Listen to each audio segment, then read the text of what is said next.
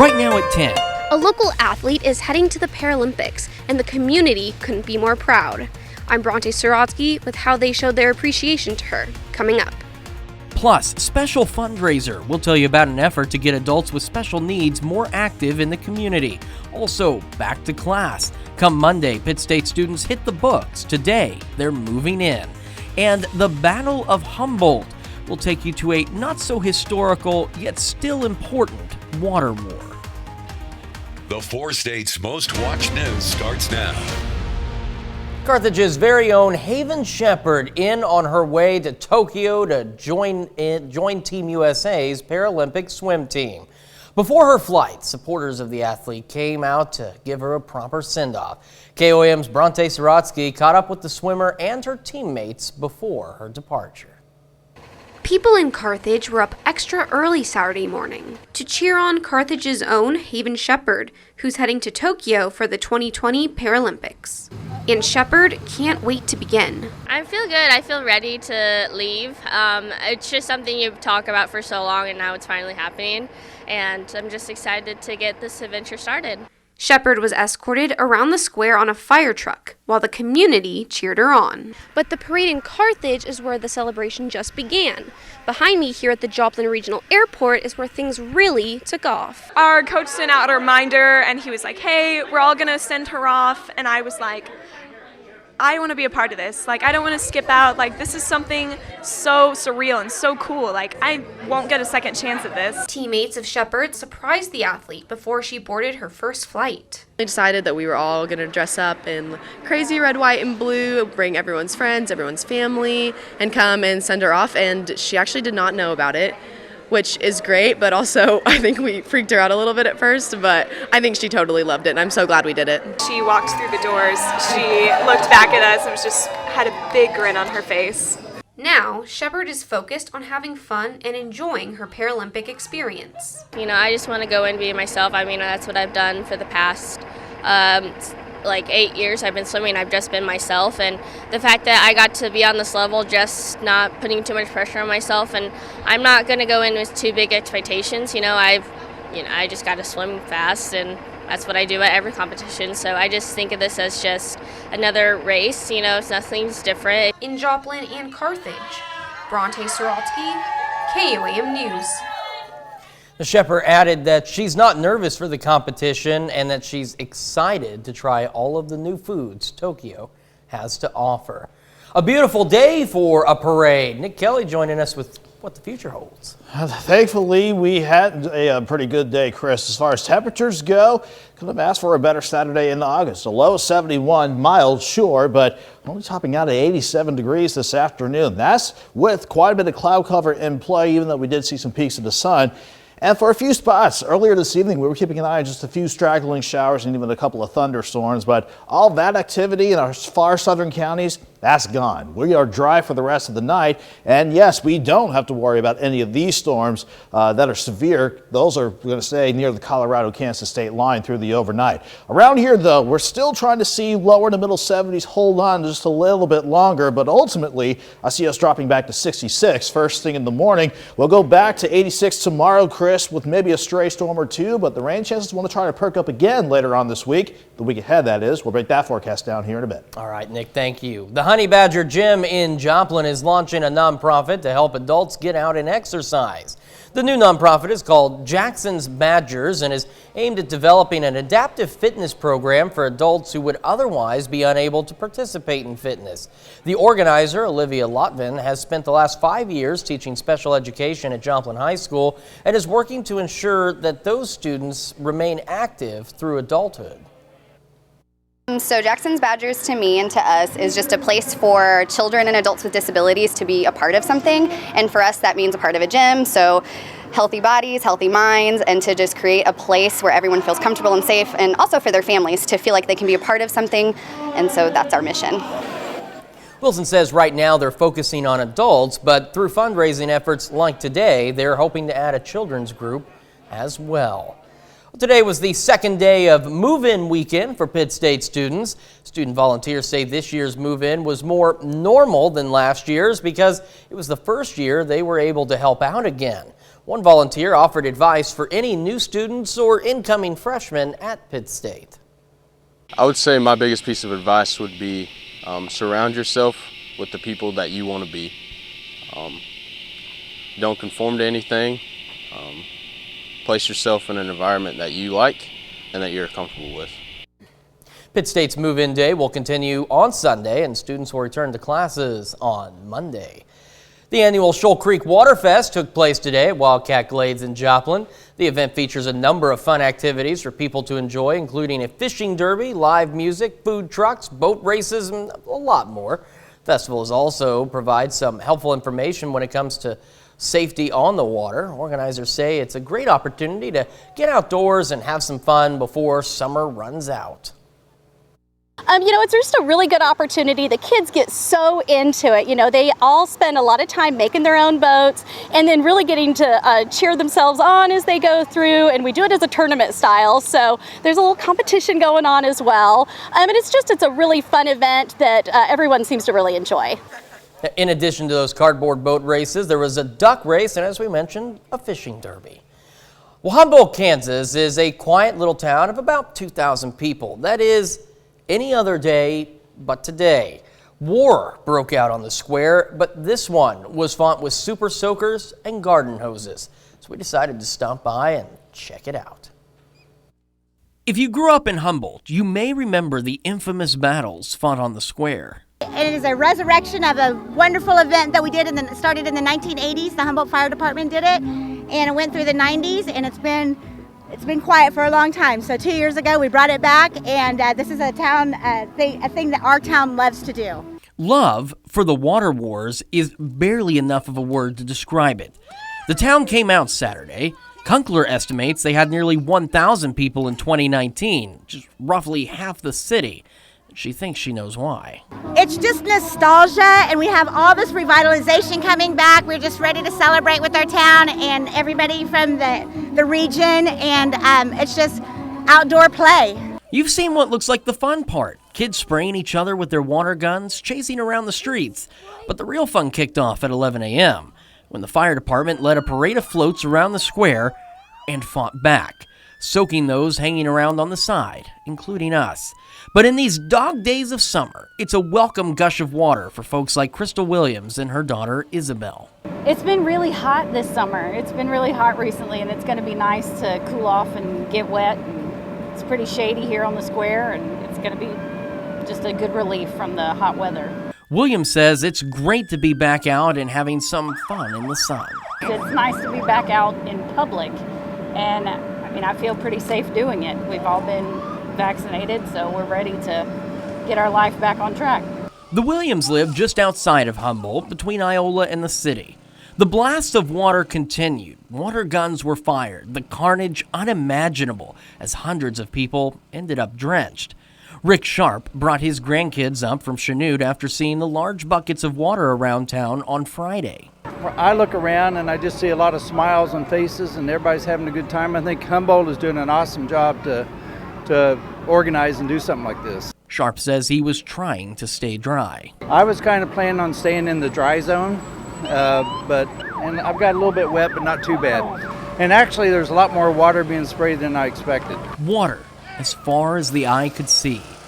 Not from a heavy thunderstorm, but from a heavy dose of fun. Something the people of Humboldt were thrilled to take part in. Certainly an exciting time. Kunkler says they're looking forward to making the event bigger and wetter in the years to come. Well, folks in and around Arma had a blast as they spent the day honoring their very own four-state heroes. It was all part of Arma's 75th annual VJ Homecoming celebration. The party celebrates Arma veterans returning home from World War II in 1946 and featured a ton of fun things for folks to enjoy, including a classic car show, plenty of fun and games for the kids, tasty treats, and a whole lot more. One of the volunteers helping put on the event told us a little more about this event's rich history. We're proud that we had 3 families that sent 5 boys apiece, and they all survived and came home and became community members.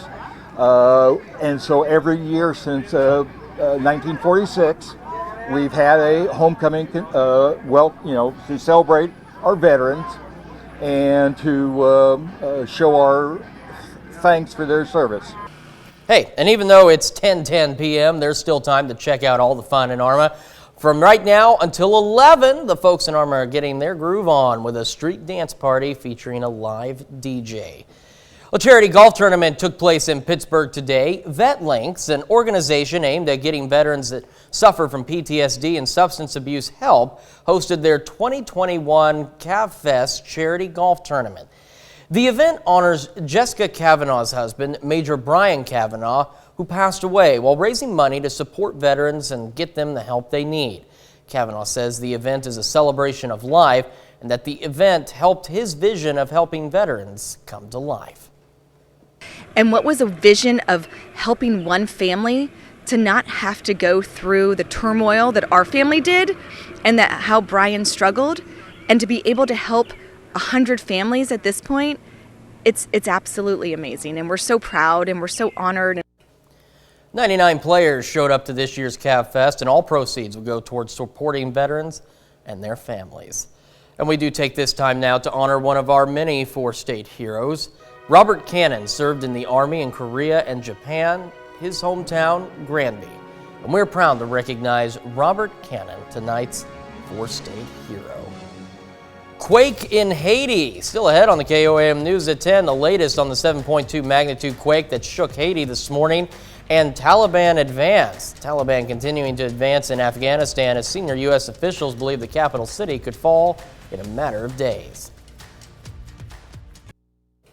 Tonight, Haiti is reeling after being struck by a new disaster. Hundreds are feared dead after a major earthquake struck the country, shaking buildings from the neighboring Dominican Republic to Cuba and Jamaica. CBS's Manuel Borraquez has the details. The quake rocked residents of southwestern Haiti into the streets. Buildings and homes collapsed into rubble and dust. The contents of this home spilled onto the sidewalk, and cracks splintered the walls of a church in Le Cai. The epicenter was about 80 miles from Haiti's capital of Port-au-Prince, which was rocked by a 2010 quake that killed hundreds of thousands. The impoverished country is already in a state of upheaval after the recent assassination of the interim president. Haiti's new prime minister, in office just since July, declared a state of emergency, tweeting that today's quake caused enormous damage and calling on the nation to show a spirit of solidarity. Aftershocks will likely cause more damage, and to complicate the crisis, Tropical Storm Grace is on track to hit Haiti early next week. Manuel Borraquez, CBS News. President Biden today defended his decision to withdraw U.S. forces from Afghanistan, saying he would not pass America's longest war to a fifth president. He also raised the number of U.S. troops deployed to evacuate Americans to roughly 5,000. This as the Afghan army, trained and financed by the U.S., collapses. Cities and places that have become familiar, including Kunduz, Kandahar, and now Mazar-e-Sharif, have fallen like dominoes as Taliban forces sweep towards Kabul.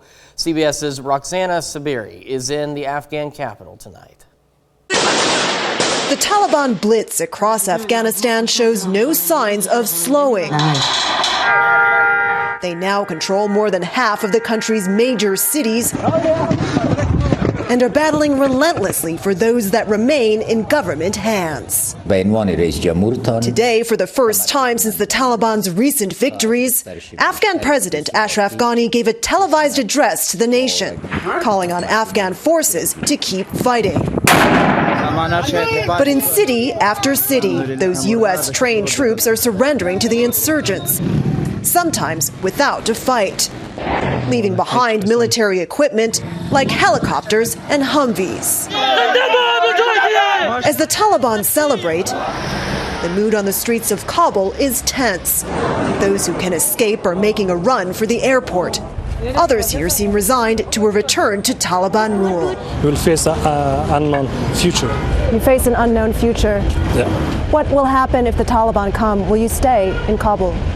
Of course, we say there is no other option. Many Afghans tell us they're disappointed the U.S. is leaving their country, but they're angry at their own government for failing to protect them. Roxana Saberi, CBS News, Kabul. Later on the KOAM News at 10, we're checking out what day it is. To that, though, we're going to break down if our warm temperatures can continue for the week ahead of us. We'll get to the forecast next.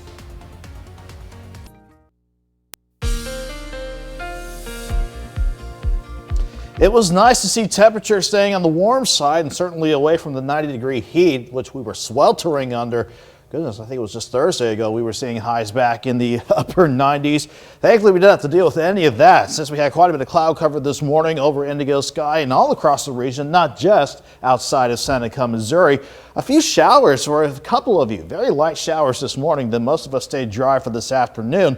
That being said, while the majority of the area kept dry during the afternoon after we had our morning round of cloud cover, we were keeping an eye on the very far southern counties because that was where we had just a few random showers and a couple of little thunderstorms that percolated late this afternoon, early this evening. That all has fallen apart now, if not scooted off to the south. So this radar view is going to keep nice and quiet as we go through the rest of the night. 7th range line skies actually mostly clear right now, which is certainly good for any outdoor plans. 74 in Joplin, the dew point in the lower 60s. It feels good to be outside, and especially with a light east breeze at 5 miles per hour. Most of us are in the lower to middle 70s at the top of the 10 o'clock hour. For some of you trying to hold on to some mid to upper 70s and a little higher dew points, you're still trying to make it feel like it's about 80 degrees, but thankfully everyone's dropping back into the mid 60s as we go through the overnight.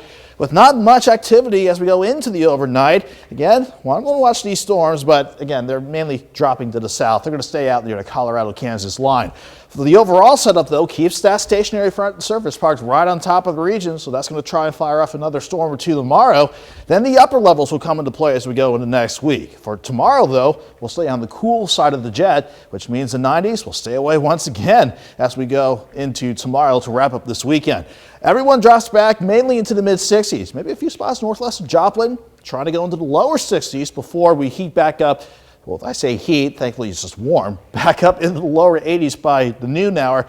And then afternoon highs, very similar to today, if not just a tad, and I mean a tad bit cooler. 66 in the morning, 82 by noon. We'll see afternoon highs around 86 with maybe a stray storm that could try to develop in our southern counties again late in the afternoon into the evening. But once we get past sunset, anything that tries to develop will fall apart, and we'll try and do it again on Monday. A mild start before we see highs back in the mid to upper 80s with maybe a little uptick in our thunderstorm chances. That is due to an upper low that'll develop out in Kansas throughout our Monday. But it really comes into our forecast for Tuesday and Wednesday with a good chance for scattered storms. And with the way this is looking, we may deal with just mostly cloudy skies and a pretty good bet for scattered rain on Wednesday. And you can see what that does with temperatures. We go from 86 tomorrow to 87 to 89 Monday and Tuesday to maybe 83 if we're lucky for Wednesday afternoon crisp. Then we'll have to quickly jump back to 91 down the front by next weekend. Will knock us back into the 80s. Still not a bad forecast overall for this time of year. It could be a lot. Yes. We're on the same wavelength. We got that. Nick, thank you so much. Danny Terzer joining us now for sports. Chiefs seeing some live game action tonight. Finally, first postseason game against the 49ers. We'll have those details coming up. Still ahead, Wyandotte and Fairland compete for the Lucky 7 Conference Tournament title. That and more next. Laundromat today.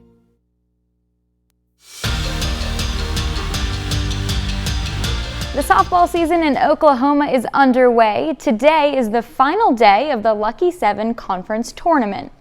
Wyandotte and Fairland meet in the championship game. Great start to the game for the Owls and Erica Schertz. She strikes out 2, then throws a wild pitch. She'll make up for it with this play. Tags the runner out at home to end the inning.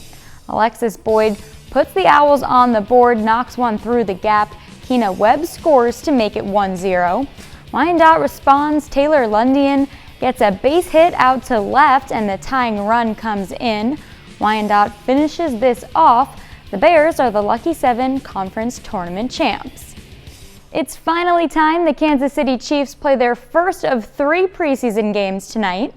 The Chiefs travel to San Francisco to take on the 49ers. Byron Pringle pulls in a 5-yard pass from Chad Henne for the Chiefs' lone touchdown of the night so far. Kansas City leads 13-9 in the fourth quarter. In Major League Baseball, the Royals and Cardinals are playing their second and final series of the season. St. Louis took the first series just last weekend, winning 2 of 3. The Cardinals also won Game 1 of the series on Friday. Tonight, Tommy Edman gets it through for a base hit, 2-run score, and the Cards take the lead. St. Louis puts up 4 runs in the 7th.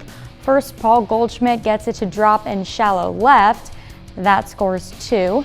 Then Nolan Arenado hits it deep to left, stays in play here, a 2-run homer. Arenado 2 for 4 with 4 RBI tonight. The Cardinals dominate 9-4. Sporting Kansas City on the road tonight, taking on FC Dallas. FC Dallas won the first meeting between the two teams this season. Tonight, Kansas City gets the 2-0 shutout win.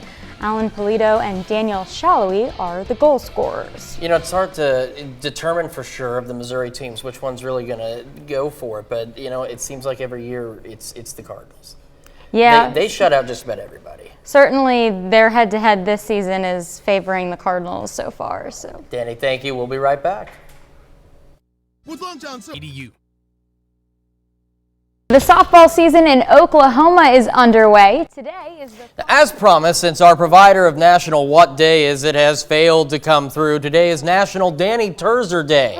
According to KOAMNewsNow.com, Danny was born and raised in New Jersey and moved down south for college, where she attended the University of Georgia. She worked for a TV station in Athens, as well as for the Buffalo Bills and the NFL. She's excited to bring her passion for sports and storytelling to the 4 states. So if you see her out and about, wish her a happy National Danny Terzer Day. I promise this, you were very upset.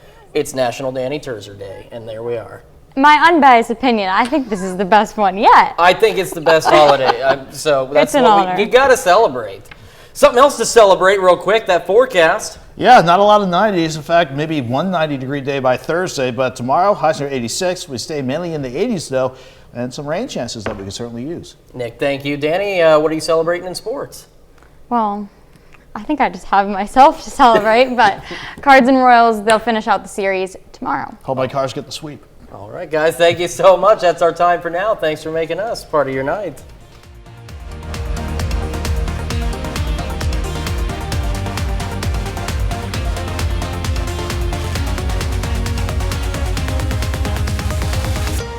Service is provided by the Wild Side.